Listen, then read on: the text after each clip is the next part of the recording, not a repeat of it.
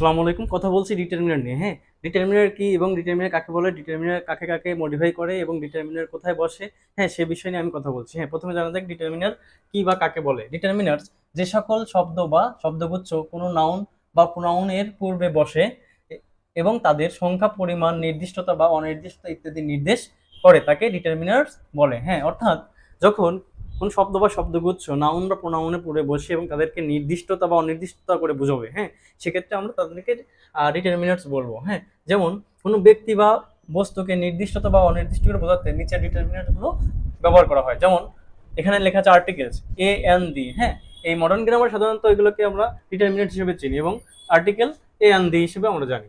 এক্ষেত্রে A N দি এটা determiner হিসেবে ব্যবহার করা হয়।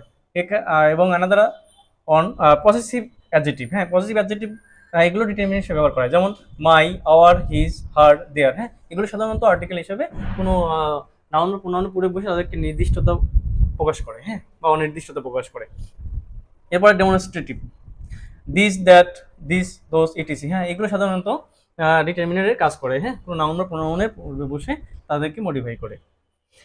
This is a lot of. হ্যাঁ, এখানে এই এ লট অফ হচ্ছে ডিটারমিনার হিসেবে ব্যবহার করা হয়েছে। হ্যাঁ, এবং 2 নম্বরে দেখা যায় অলওয়েজ স্পিক দ্য ট্রুথ। এখানে দা হচ্ছে ডিটারমিনার, কারণ এখানে দা নির্দিষ্ট করে বোঝানো হয়েছে। এবং দিস বুকস আর মাই। হ্যাঁ, এখানে মাই হচ্ছে পসেসিভ অ্যাডজেক্টিভ হিসেবে ব্যবহার করা হয়েছে। হ্যাঁ, দেখেন এই যে ওয়ার্ডগুলো বা শব্দগুলো সাধারণত নাউন বা প্রোনাউনের পূর্বে বসবে এবং তাদেরকে মডিফাই করবে। আর আমরা জানি যে নাউন বা প্রোনাউনকে যারা মডিফাই করে তারা সাধারণত অ্যাডজেক্টিভ হিসেবে কাজ করে। হ্যাঁ, তাহলে আমরা জানি যে সকল ডিটারমিনার হচ্ছে কি অ্যাডজেক্টিভ।